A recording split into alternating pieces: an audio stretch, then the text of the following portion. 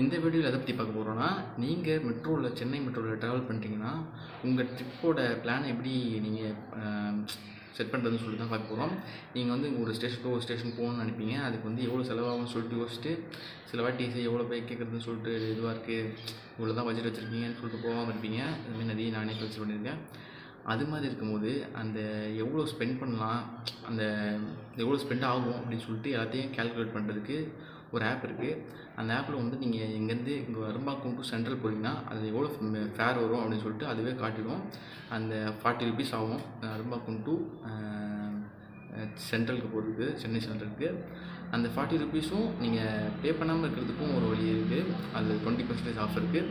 அதுக்கு இதுக்கு முன்னாடி இருக்கிற ஒரு வீடியோ போட்டிருக்கேன், அதை பார்த்துக்கோங்க. இல்லை மேலே ஐ பட்டன் தரேன், அந்த வீடியோ பார்த்துட்டு நீங்கள் 20% ஆஃபர் வந்து க்ளைம் பண்ணிக்கோங்க. அது 30 rupees தான் வரும். 40 rupeesலேருந்து 8 rupees கம்மியாக வரும். இப்போ எப்படின்னு சொல்லிட்டு பார்ப்போமா? அதுக்கு நீங்கள் ப்ளே ஸ்டோரில் போய்ட்டு CMRL அப்படின்னு சொல்லிட்டு ஒரு ஆப் இருக்கும், அதை டவுன்லோட் பண்ணி இன்ஸ்டால் பண்ணிக்கோங்க. இங்கே பார்த்தீங்கன்னா CMRLன்னு சொல்லிட்டு ஏற்கனவே இன்ஸ்டால் பண்ணி வச்சுருக்கேன். இந்த ஆப்புக்குள்ளே நான் வந்து போய்க்கிறேன். போய்ட்டு இப்படி தான் வந்து லோகோ வந்து ஸ்டார்ட் ஆகும். இப்போ உள்ளே போய்ட்டோம்.